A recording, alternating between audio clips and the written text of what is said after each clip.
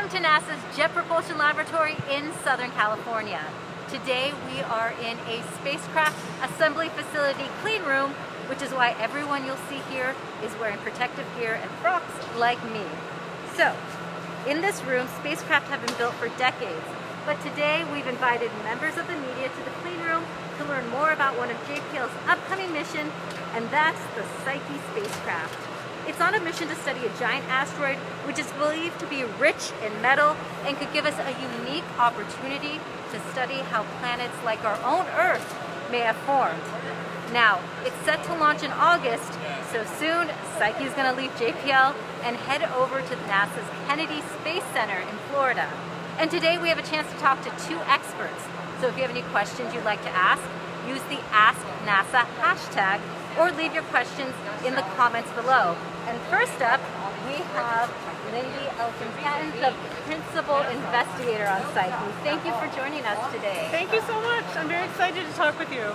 Now, what is the first thing people should know about Psyche? All right, why do we go to space? Humans, we can't help it. We have to explore. We've always explored our planet. Now we're exploring in space. There aren't that many kinds of worlds and places in our solar system that we've never had a picture, we've never explored. Psyche is one of them. It's a new kind of world. That's why it's so exciting to go there. And as a principal investigator, what is your role on the mission? I am officially the lead of the mission. But I'm a scientist, I don't know everything. My job is to make sure the science return of the mission is successful, and to try to keep the team working in the right and best direction that I possibly can, working with all the other leaders. And now I want to know, what are you most excited about personally when it comes to Psyche? You know, I'm very, very excited about the science. I'm hoping this is something very unusual and exciting. But beyond that, I think the reason that I'm most motivated to do this is because I think it gives this story of hope in the future for humans. There's so much that's scary in the world right now, but space exploration is a story of hope and a story of what we can do when we all work together. It's kind of a miracle. We can do this and go to space. Think of the things we can solve here on Earth. And could you tell us a little more about the Psyche mission in general? Like, what are some of the key goals? The Psyche asteroid, of course we named our spacecraft Psyche after the asteroid where we're going. We think it's made largely of metal. We think it could be part of the metal core of a little planet that got broken apart and stranded in the asteroid belt instead of joining up and becoming a part of Mercury, Venus, Earth, or Mars. So if it is a part of a core, it's the only way humans are ever going to see a core, because we can't go to ours. The pressure is way too much, the temperature is way too much. So it's a way of looking inside of the Earth by going to outer space. And how does it feel to be inside this clean room right now, seeing Psyche behind you? I've been working on this for 11 years, which is a short time in space mission terms, but it's a long time in anyone's life. And the fact that we've gone from this tiny idea to this beautiful giant spacecraft, it feels a bit like a miracle. I'm really excited. Well, thank you so much for talking to us. Can you kind of give us a little timeline of what will happen after launch with Psyche? Yes. So we expect and hope to launch August 1st or thereabouts. So then, once it separates from the rocket, the giant solar arrays will unfold and Psyche will start moving out toward the asteroid. In the first year, we're going to test the deep space optical communications demonstration, which is communicating with the Earth using lasers instead of radio waves. And then eventually, after 3 years, we'll reach the asteroid and we'll start doing the science of the asteroid itself. And one thing that I think is really cool is this isn't even all of Psyche, right? There's going to be more that people will see when we have the spacecraft behind us, but there'll be the solar arrays that will be attached to it. That's right. Our solar arrays are not attached right now. They're being tested elsewhere, but they're huge. When they're completely unfolded, as they will be in space, the spacecraft and the solar arrays are as big as a singles tennis court. And these solar arrays create 20 kilowatts of energy here at the radius of Earth. And exactly where is the Psyche asteroid located? The Psyche asteroid orbits in the outer main belt of the asteroid belt, meaning that it's way out past Mars, sometimes closer to Jupiter. It's very far from the Earth. That's its stable orbit out there in the asteroid belt. Right. Well, thank you so much, Lindy, for answering all our questions. We might come back to you if we get some more social media questions coming in. Love it. And if you have a question you'd like to ask, use the hashtag AskNASA or leave your questions in the comments below. Next up, we're going to go to talk to Project Manager Henry Stone. He's somewhere around here. Yeah, let's see. There he is. There he is. Let's go find him. Hi, Henry. We are live right now, and we're hoping we could ask you a couple questions about the Psyche mission. Yeah. So, for you, what does it mean to be a project manager on a mission like Psyche? A project manager on a mission like this, well, I equate it to being like an orchestra conductor, right? Building a spacecraft as incredible as this, or any system that's this sophisticated, requires an enormous number of people with a lot of different skills. And you got to bring that all together, and you got to make sure it's all coordinated, right? Everybody's developing all of their pieces at the right time, interacting together properly in order to build that. So it's just keeping everybody on the right tune to make sure that we stay on schedule, we build the right thing, and we're ready to go for launch. And can you kind of break down the instruments on Psyche for us? The science instruments is kind of really 3+1, Okay. right? So in order to get the scientific measurements we need, we have a suite. You can see them up there behind you. Up on the far boom there, we have a gamma ray neutron spectrometer that was built at the Applied Physics Laboratory. And that is going to be used to detect elemental metallic composition of the surface of Mars, looking, for the iron, nickel, aluminum, what it's made of. On this other boom here, you'll see these little domes. Those are 2 magnetometers, and they will be used to detect whether or not Psyche has a magnetic field, and if so, how strong that field is and what the characteristics and shape of that magnetic field are. And that's really key towards helping us understand whether Psyche was an early core of an early planetesimal when the solar system was formed. So that's 2 of the 3. The third of the 3 key scientific instruments actually is a pair of telescopic imagers with filter wheels. Unfortunately, in this configuration, you can't see those. They're pointing up right now at the ceiling in this room on that top side of the spacecraft, and they'll be pointing out, and they'll be used to take a map build a visual map of the entire surface of Psyche. We can understand the surface topography, understand craters, and use that to determine the relative age of the body. But perhaps most importantly is each is equipped with a filter wheel. And the filters have been chosen so that if you take images at those different light wavelengths, you can actually determine what the mineralogical composition of the surface is. So that and the gamma ray, between the metals and the silicates, we can understand how much of this is a rocky body, how much of this is a metallic body. The fourth one is gravity science. This is a very odd-shaped body, right? It's kind of like a potato, all right? And it probably will have a very unique and odd gravitational field. We can't safely go into orbit around that till we understand what that gravitational field looks like.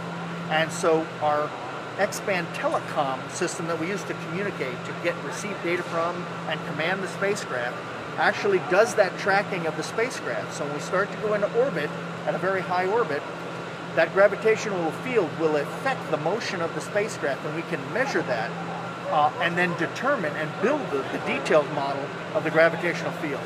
Once we have that, then we can get to successively lower and lower orbits to allow our instruments to get better and better and more refined measurements to accomplish the science. So that's the science instrument suite for Psyche.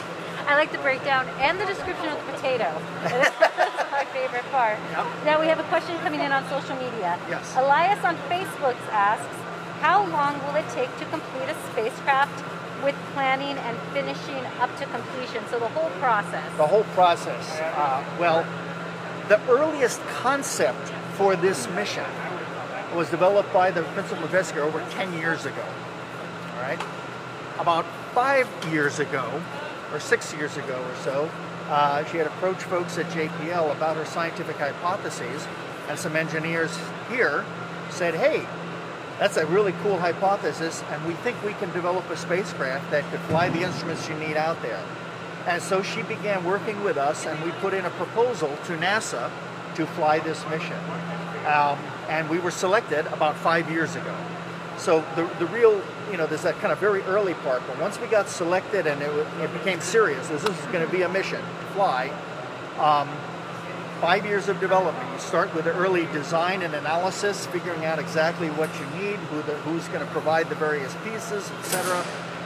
And then you start building. You start building up the individual components, testing those, and then you move into system integration. And this is the tail end of system integration that you're looking at. That's taking all the myriad of pieces that are necessary that were already tested at the component level and put them together to make the overall spacecraft and then test the overall spacecraft. So that's referred to as ATLO. ATLO is Assembly, Test, and Launch Operations. Thank you. Okay? And we're in the very final stages. The spacecraft, as you see it right here, is essentially how it will be flying in space, right? They're just buttoning it up right now. You can see all this other equipment over here is being packed up and stacked and getting ready for shipment. We're going to be shipping the spacecraft at the end of this month. On April 29th, it will be brought to March Air Force Base. It'll be in a special shipping container. It will be put on a C-17 and flown directly into Cape Canaveral. And then we will open it up, do some more testing, and get ready to start integrating it, loading it on top of the rocket that'll launch it from Cape Canaveral. And our plan is to launch in August of this year and get it on its way. From there, that's when the actual mission, so to say, starts, as opposed to just the project in the building. It's going to take us 3.5 years to fly out to Psyche. We're going to spiral out, we're going to pass Mars and get a gravity assist. We're going to use our electric propulsion engines to thrust all the way, spiral out, catch up with Psyche in its orbit. It's way on the outer edge of the main asteroid belt, which is between Mars and Jupiter. So it's way out there. 3.3 times the distance from the Sun as the Earth is. So way out there. We'll take 3.5 years, and then we will spend 2 years at Psyche orbiting at successively lower and lower orbits to take the measurements I was just talking about to try and prove the hypothesis as to whether or not Psyche was the core of a very early planet formed, in the blink of an eye when the solar system was created. And that will help us to confirm whether or not our models of the formation are in fact correct. And if they're not, the thing that's really cool is then this will be an exceptionally unique and odd discovery. So no matter what happens, this is going to be a mission of discovery of what we believe is a metallic world. That is a great answer and a great question. Thank you, Elias. We have another question coming in. Mir on Facebook asks, why not study the nearby asteroids in the asteroid belt? Why Psyche? Well, this is in the asteroid belt. It's on the outer reaches of it, okay? But the little bit of data we have from measurements from telescopes, where it's only 4 little teeny pixels in an image, and from radar data, leads us to the conclusion at the moment that it is largely metal. Almost all the other asteroids are rocky bodies, okay? This one stands out as very unique, as having a very high concentration of metal to explain why it's so massive. It's also very large. Many of the asteroids are very, very small. This is one of the larger ones. It's basically the size of Massachusetts, right? The entire state. And that's what makes it unique, and unique in understanding the formation of the solar system. We have 2 more questions coming in. One of them is from Kieran on Facebook. Why haven't Optical Communications been used until now for this? Kieran, very good question. So obviously, Kieran, you know that we are flying the DSOC instrument, the Deep Space Optical Comm. That's actually not part of the science of this mission, but we are hosting that instrument as a technology demonstration for NASA, right? So it happens that instrument was also developed here at JPL. And the goal is to try and come up with the means to communicate with spacecraft in the future with much higher bandwidth so that we can have live videos like this from Mars. That's exactly what we're trying to show how to do that. So that instrument will be communicating with laser light as opposed to radio frequency, sending signals right back down to a telescope here in California, the Palomar telescope, where they can detect the individual photons coming from the spacecraft, and you'll be able to communicate at much higher rates. Why not more sooner than this? Yeah. Well, it is a really, really difficult thing to do. You were talking about really large distances to communicate, and you have to have enough energy to send a light beam down and collect it when it hits Earth, right? And that beam is going to, expand out and get lower and lower power as it gets to you. So the technology, that's a technology demonstration of how to not just detect a burst of light coming and telling you what the spacecraft is trying to say, do it down to the elemental, each individual photon is what makes that instrument so incredibly sophisticated in terms of its pointing and communication ability. So it's taken a long time to get there, and we're looking forward to that being equally successful to help all our future missions, particularly those to Mars, right? We've got human exploration coming up eventually. We'd like to have live video. So. Yes, that would be wonderful to see. Yeah. And the final question we have is here on, it's actually Terry on Facebook. I'll kind of chime in too. Terry wants to know, what is the most anxiety-inducing part of the project, but also for you, what is the most exciting part? Most anxiety part, I guess, is just missions like this. You can't just launch anytime you want. You can't launch when you're ready, so to say. You have to, it's planetary. You've got to go at a specific launch window. You can't move that around. It's a really hard date. And these are incredibly complex and sophisticated, robotic explorers. The stress of trying to make sure that you get it all done and tested and it's ready to go on that fixed date is probably the most anxiety ridden one. And the second part of the question, I'm sorry, was the most exciting part for you. The most exciting part? Yeah. Well, it's kind of twofold. It's the science, right? And going to explore this body that no one's ever been to before, right?